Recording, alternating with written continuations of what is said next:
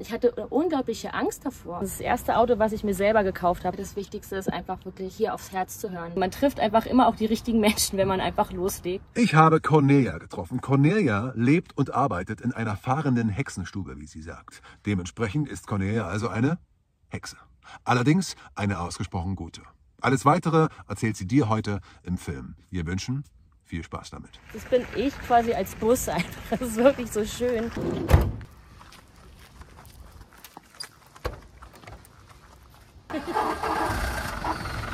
Stopp!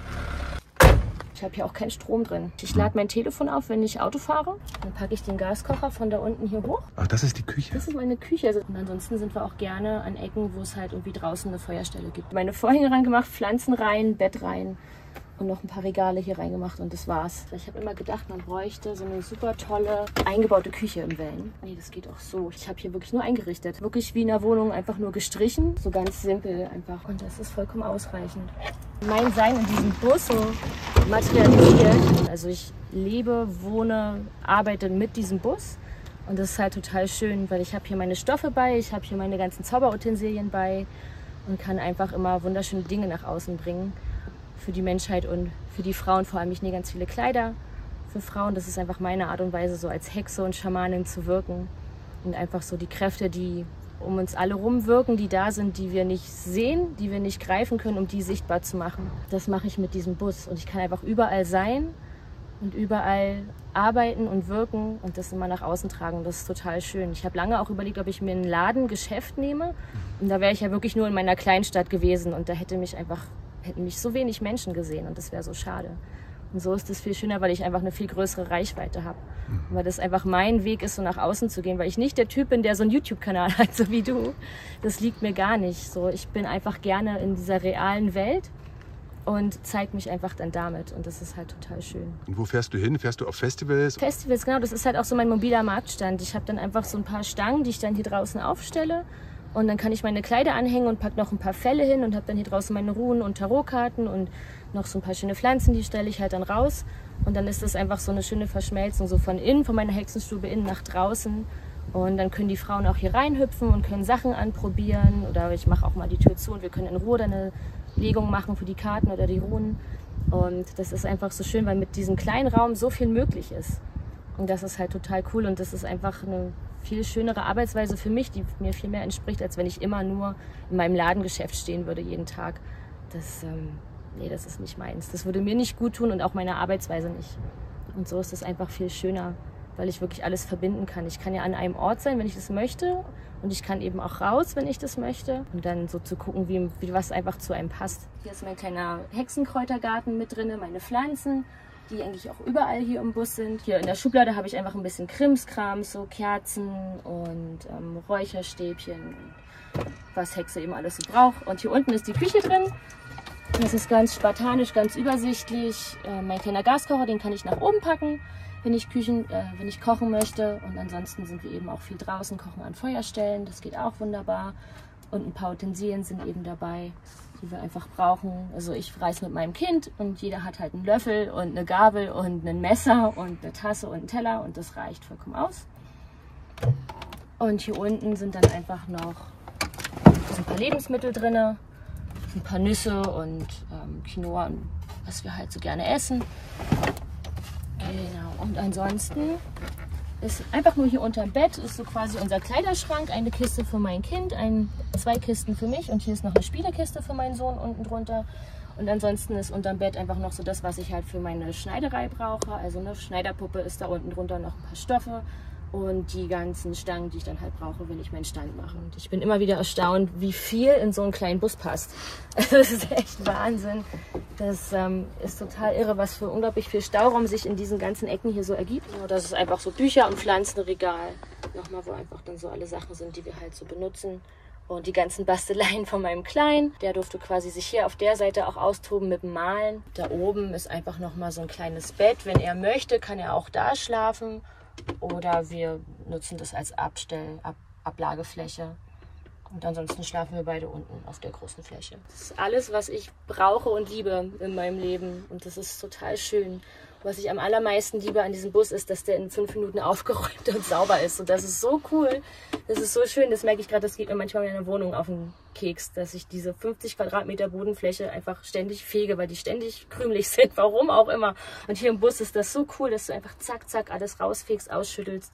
Und du hast immer ein schönes, sauberes, aufgeräumtes Zuhause. Ich liebe das. Also das mag ich einfach. Also ich mag das wirklich so, alles in dieser Armspannweite zu haben. Ich drehe mich einmal um und habe alles.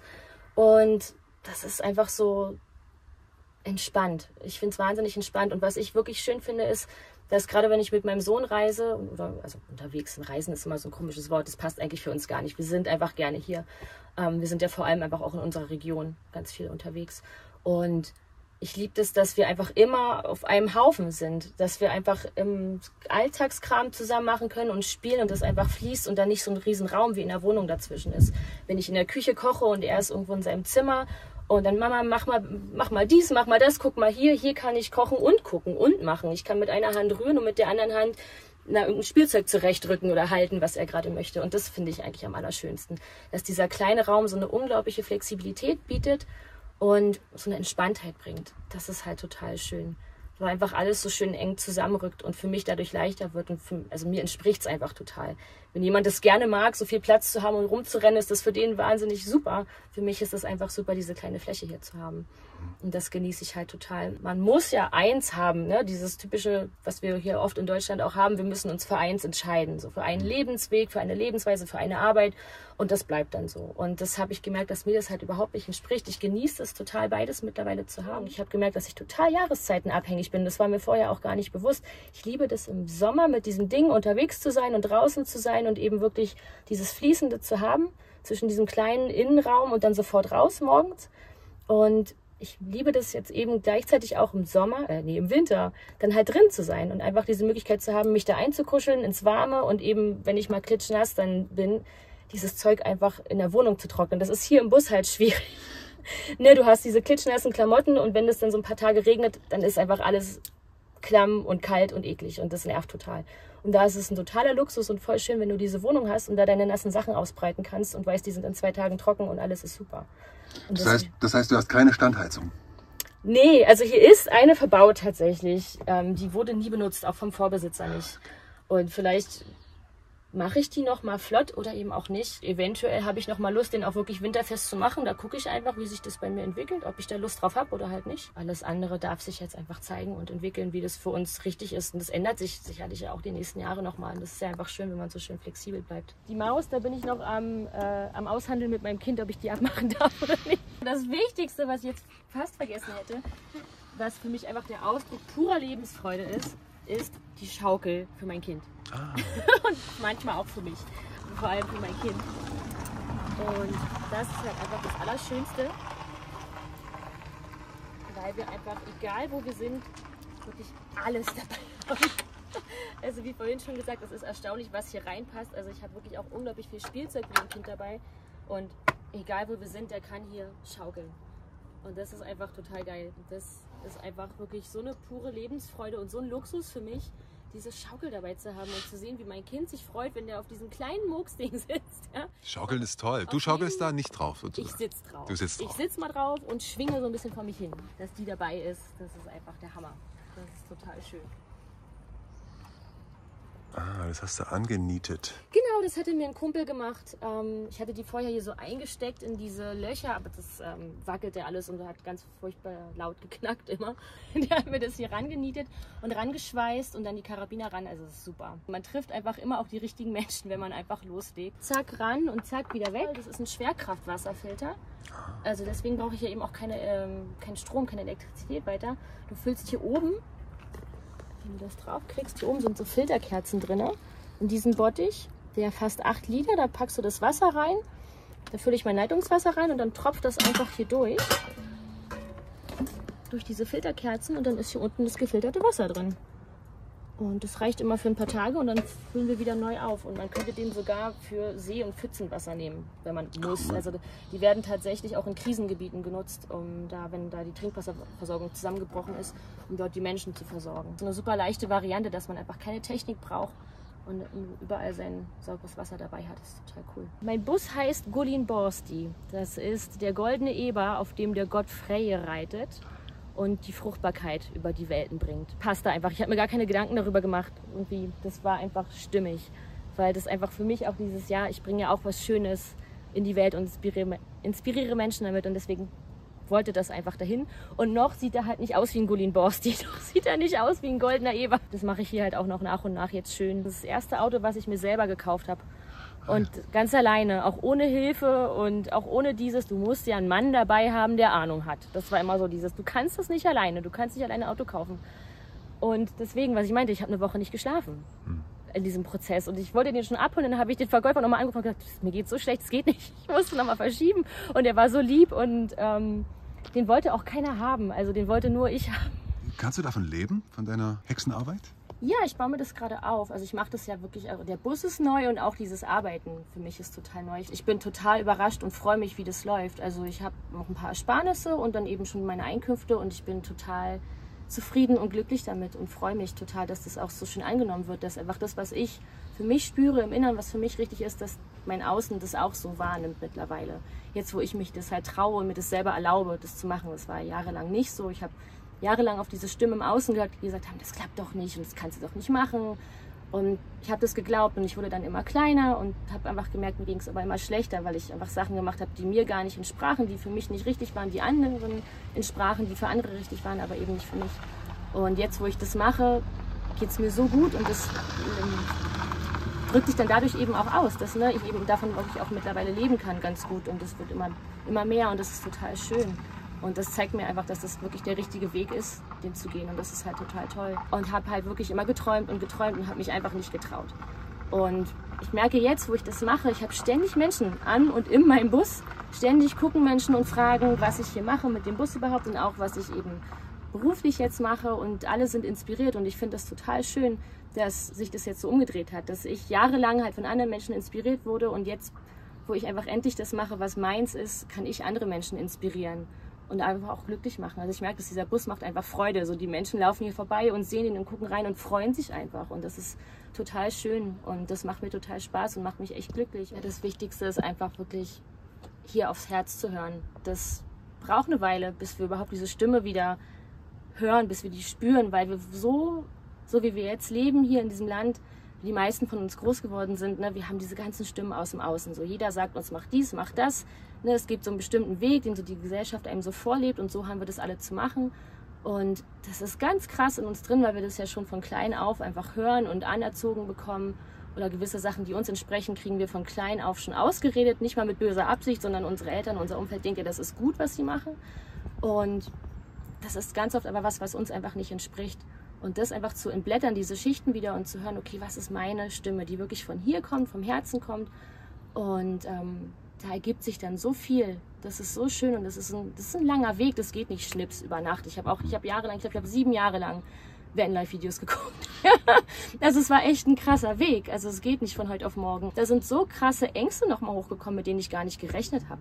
So, wo ich jetzt im Nachhinein zum Glück auch sagen kann, boah, das ist teilweise richtig albern gewesen. Aber es war für mich in dem Moment überhaupt nicht albern. Also das war wirklich krass bedrohlich. Auch Sachen wie Autofahren. So mit so einem großen Bus Autofahren. Ich hatte eine unglaubliche Angst davor und habe wirklich auch erstmal dann in diesem Prozess verstanden, was ich da für Ängste hatte, was einfach, als ich damals angefangen habe, Auto zu fahren, was mich da für Menschen begleitet haben mit ihrer Angst, so, die ich total übernommen habe. Ständig Angst zu haben, irgendwo gegenzuditschen, irgendwas kaputt zu machen und so weiter oder auch, dass mir was passiert und so weiter. Das waren ganz krasse Sachen, die ich dann wirklich gemerkt habe, die kommen gar nicht von mir, sondern die kommen wirklich von anderen Menschen auch und dass ich das auch gehen lassen darf. Und da wirklich zu gucken, okay, eben wirklich, was ist meins. Und das darf auch dauern. Und wir dürfen da auch heulen, wir dürfen da auch schreien und das darf auch mal nicht funktionieren. Das ist auch völlig okay, wenn wir mal sagen, oh, ich will das jetzt heute machen und dann klappt es halt heute nicht. Dann klappt es vielleicht morgen oder auch wenn es ein halbes Jahr später ist, ist es dann vielleicht nervig. Aber wenn ich diesen Prozess brauche und auch diese Zeit, dann ist das voll okay. Und da dürfen wir total liebevoll einfach auch zu uns sein und mit uns umgehen und sagen, ey, mir geht es jetzt gerade total mies und ich komme gerade nicht weiter, aber ich bin da jetzt im Vertrauen, dass das irgendwie für meinen Weg gut ist. Und das ist halt das Schöne, wenn wir da einfach mit dieser Lockerheit auch mit uns selber dann umgehen können. Ich bin Schamanin, ich bin Hexe und das Schneidern ist für mich ein Mittel, um schamanisch zu arbeiten, um einfach diese Kräfte in dieses Stück, in dieses Kleidungsstück zu nähen, zu weben und eben was Gutes zu tun für die Welt. Und eben auch mit den Runen, da mache ich ja auch eben diese Kräfte, die um uns herum wirken, die mache ich ja sichtbar mit den Runenwürfen oder mit dem Tarotkartenlegen. Und das ist für mich immer noch ein Prozess. Also ich hatte noch vor ein paar Wochen auch wirklich habe ich mich nicht getraut. Ich habe den bemalt und ich habe Schneiderei raufgeschrieben. Warum habe ich Schneiderei raufgeschrieben? Ich habe dann auch ständig Leute, die am Bus klopfen und sagen, hey, kannst du mir mal die Hosen kürzer machen? Nee, also könnte ich, aber das ist nicht meine Aufgabe in diesem Leben. Ich möchte keine Hosen kürzer machen, sondern ich möchte wirklich magische Heilkleidung machen und eben den Menschen wirklich diese Magie wieder näher bringen. Und da habe ich richtig gemerkt, die letzten Wochen hatte ich wirklich tatsächlich dieses Bild im Kopf, wie wenn ich darauf schreibe, ich bin Schamanin, ich bin Hexe, dann klopft es nachts am Bus, die zerren mich raus und verbrennen mich auf den Scheiterhaufen. Natürlich weiß mein Verstand, dass das totaler Murks ist, aber das war so krass in meiner Seele, in meinem Herzen verankert, dass ich da echt eine Weile auch wieder gebraucht habe, um da rauszukommen. Also deswegen ist es immer noch ein Prozess. Der Bus ist jetzt da und ich fahre damit rum und da steht immer noch Schneiderei. Und das wird jetzt in den nächsten Tagen verschwinden, weil ich jetzt just diesen Prozess gegangen bin und gemerkt habe, okay, das war noch so in mir drin und das darf jetzt gehen. Ich darf mich das jetzt trauen und deswegen kann ich jetzt eben auch hier sitzen und das sagen. Aber das ist wirklich eine Angst, die hatte ich vor ein paar Tagen noch.